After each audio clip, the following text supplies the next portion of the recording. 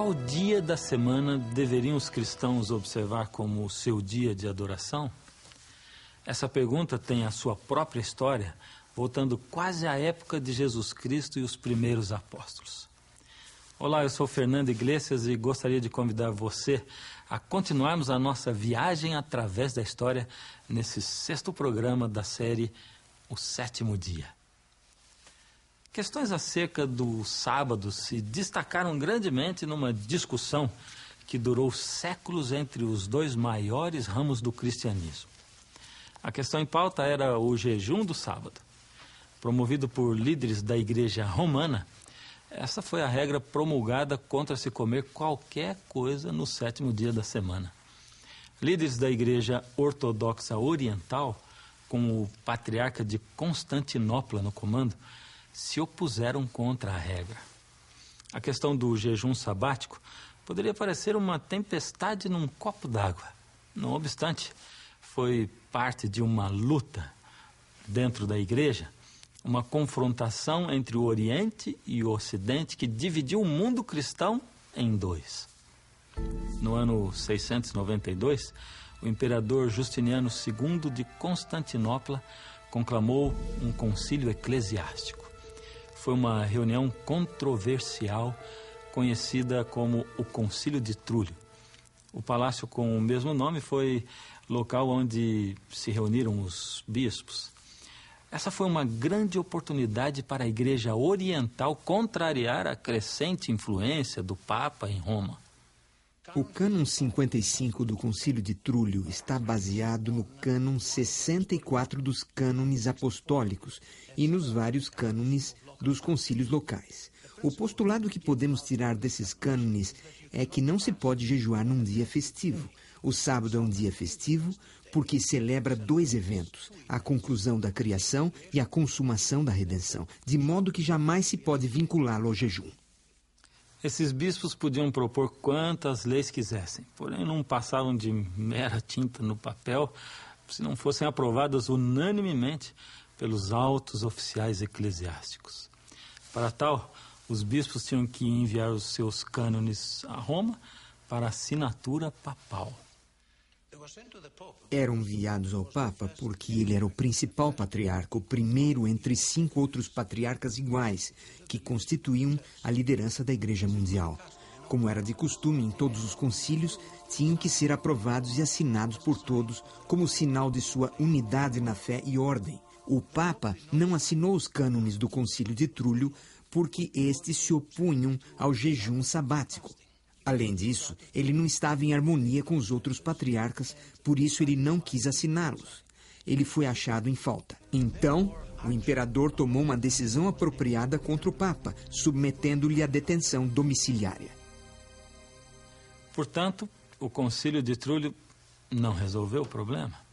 Os cristãos do Ocidente jejuavam e os do Oriente não jejuavam.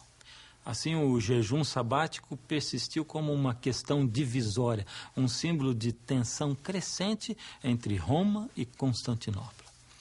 No início de 867, Focio, o patriarca de Constantinopla, o principal rival pelo poder contra o Papa, convidou seus colegas orientais a outro concílio eclesiástico. Durante o concílio, ele acusou a Igreja de Roma de sustentar 8 pontos de heresia. O cisma fociano entre Constantinopla e Roma girou em torno de vários assuntos. O assunto principal era a controvérsia sobre o sábado, como está registrado e se pode ver nos documentos primários relacionados a esta controvérsia.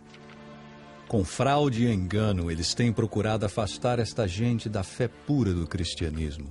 Eles têm exigido que o povo observe o jejum sabático, contrário aos cânones da igreja. Essas duas posições tiveram pouca interação durante os 2 séculos seguintes. Então as velhas brigas se agravaram sob novas contendas. Assim como os reis rivais faziam prevalecer os seus reinos, tanto o Papa como o Patriarca quiseram predominar um sobre o outro. O maior assunto que estava em jogo em 1054, entre o Oriente e o Ocidente, era o assunto da autoridade eclesiástica. o Papa forçou costumes ocidentais, costumes romanos sobre as igrejas bizantinas na Itália.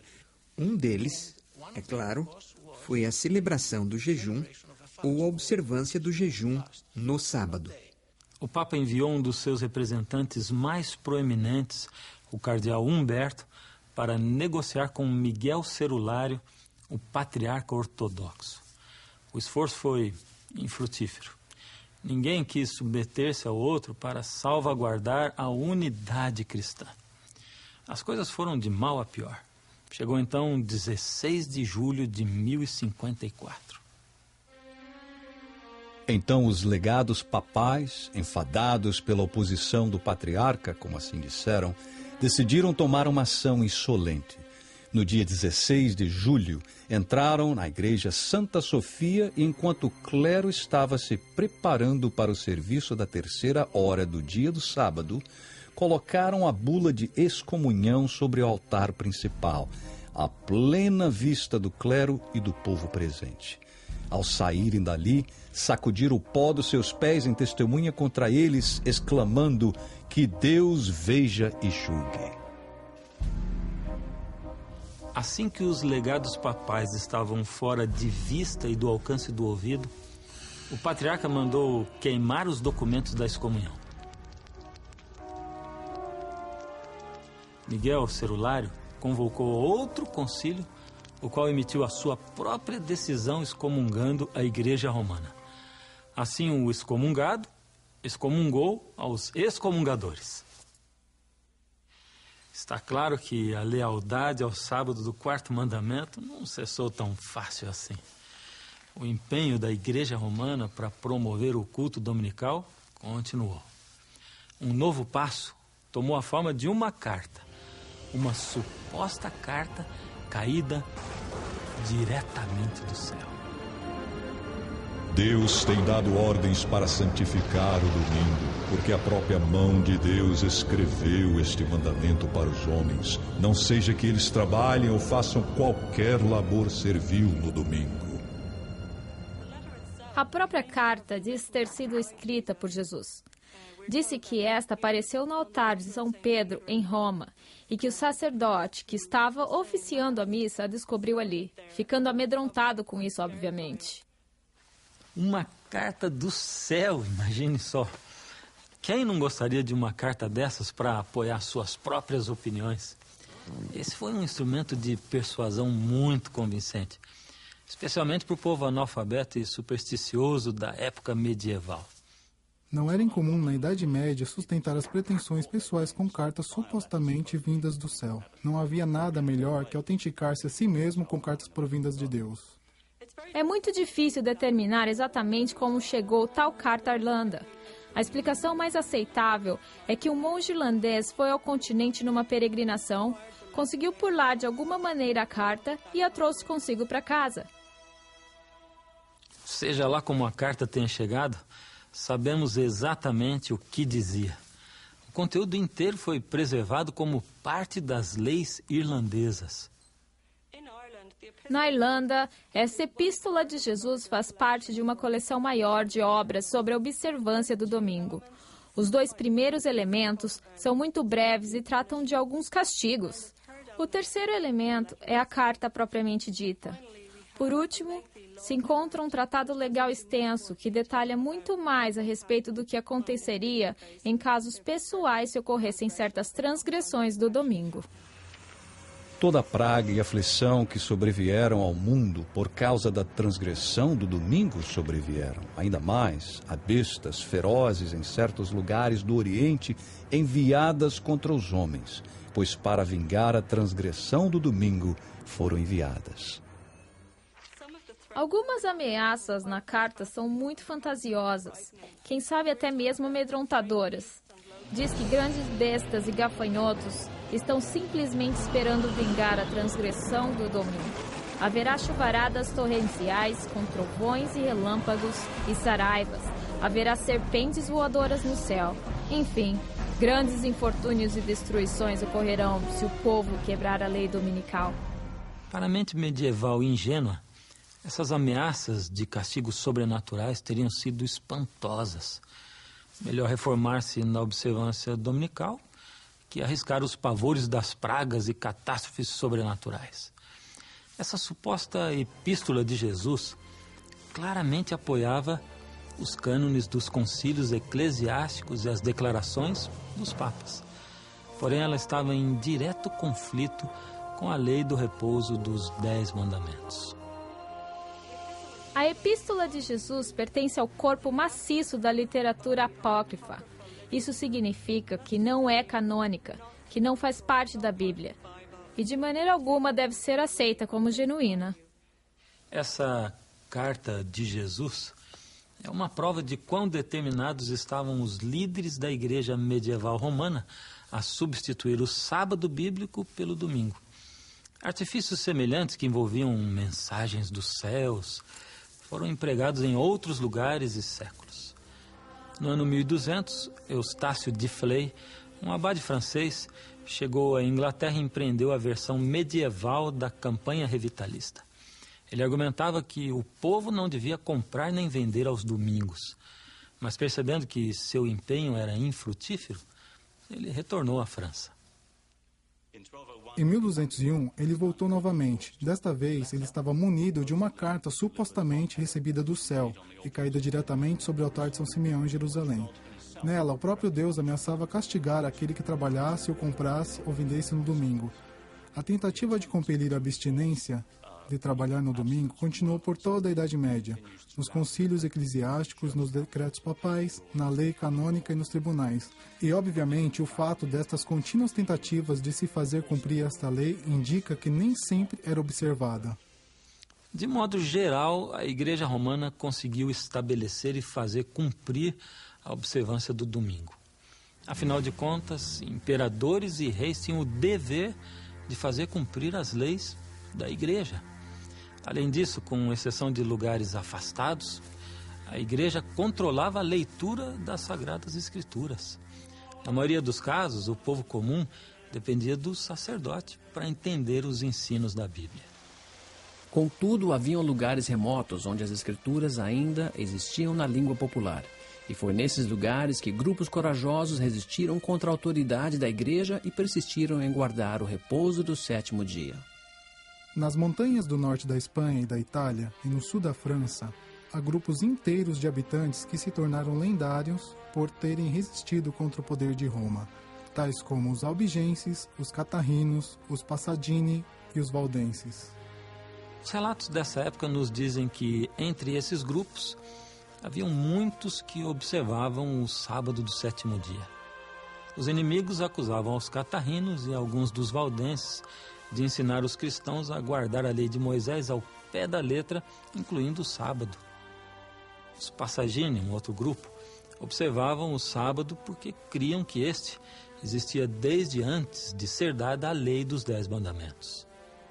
Existe um relato do século XII no qual se conta que um grupo de 4 homens e uma criança, dos catarrinos, em viagem perto de Collonges, França, foram capturados e queimados na fogueira por não assistirem à igreja no dia do Senhor, ou seja, o domingo.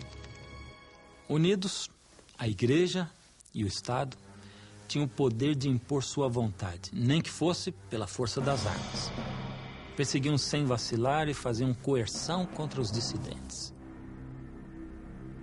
Aí entrou em cena João Wycliffe. E o mundo cristão jamais seria o mesmo. João Wycliffe nasceu em Yorkshire, na vila de Hipswell, na mansão de uma família bem rica. De modo que seus pais tinham fundos suficientes para enviar seu filho precoce à Universidade de Oxford para se educar.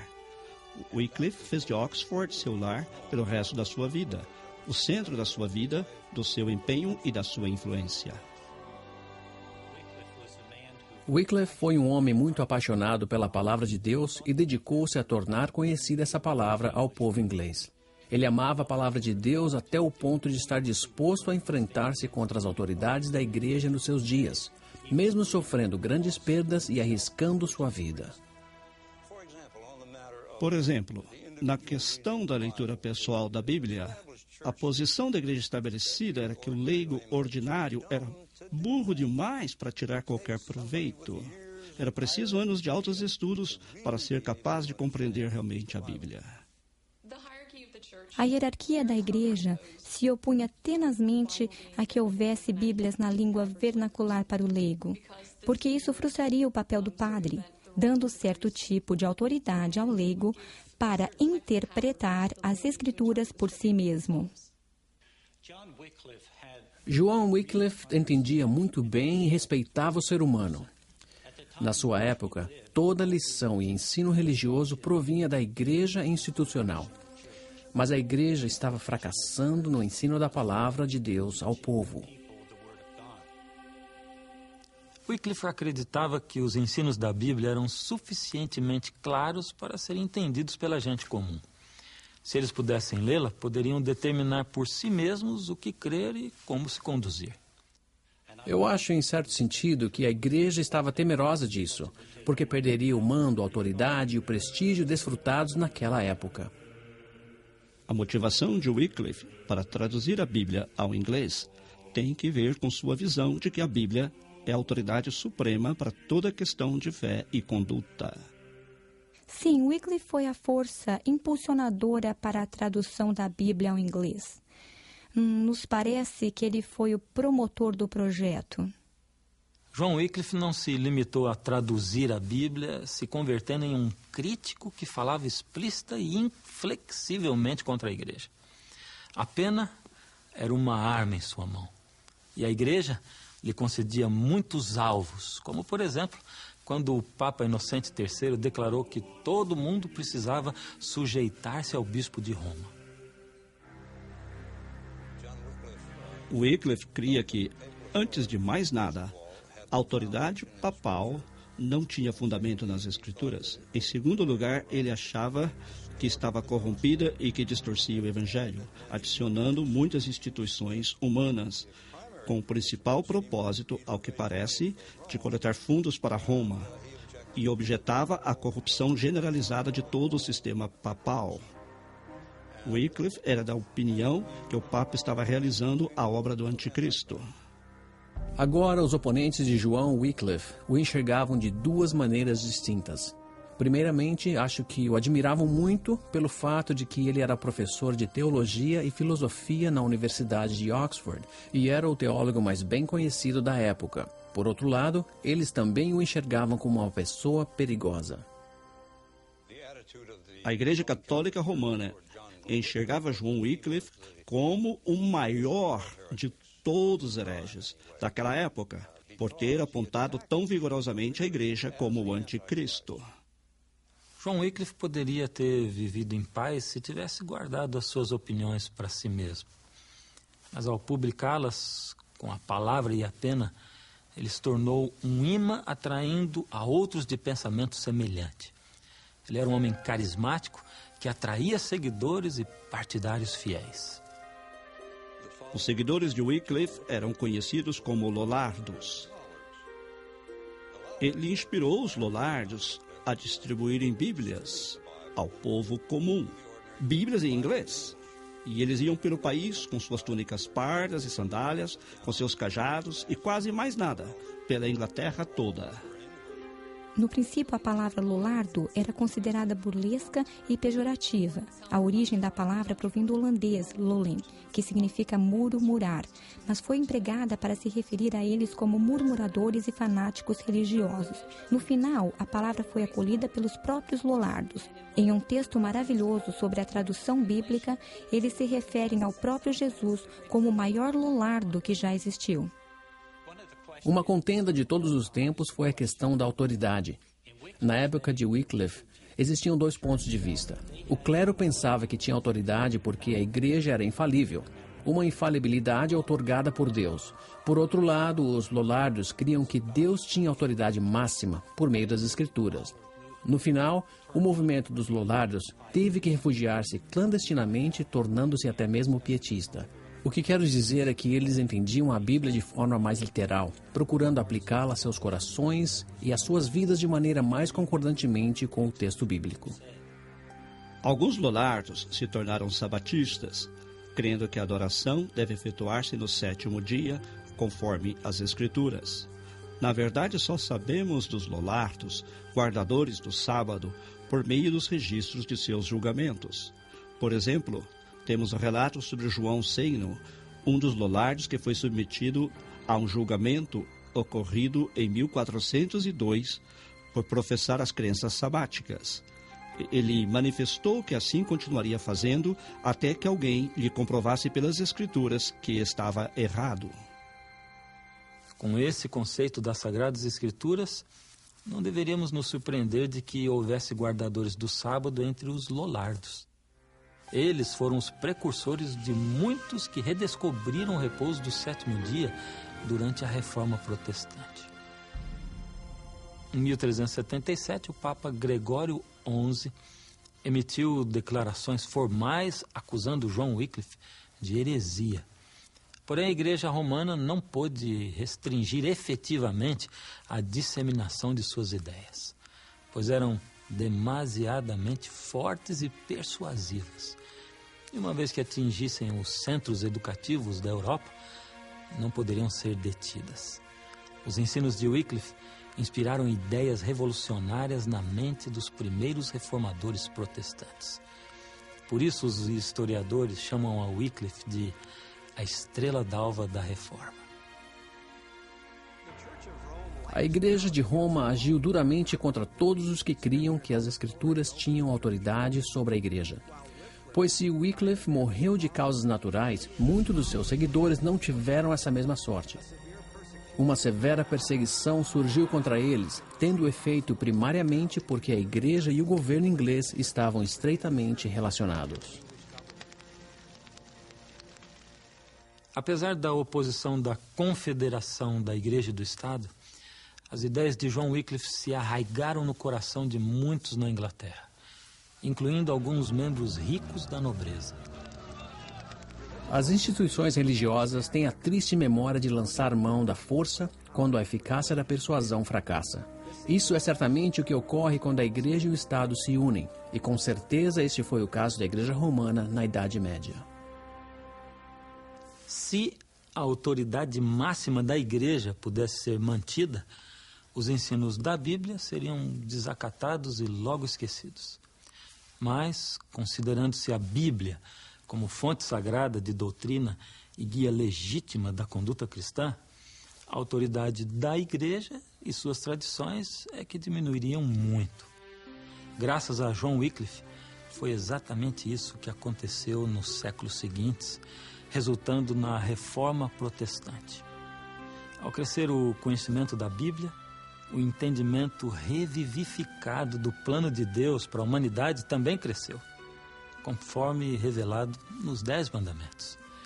Isso tem a ver com o relato que estamos apresentando. Com a disponibilidade da Bíblia na língua do povo comum, foram criadas condições para a redescoberta do sábado bíblico. Mas esse é um assunto para tratarmos quando voltarmos com o 7º programa da série O Sétimo Dia.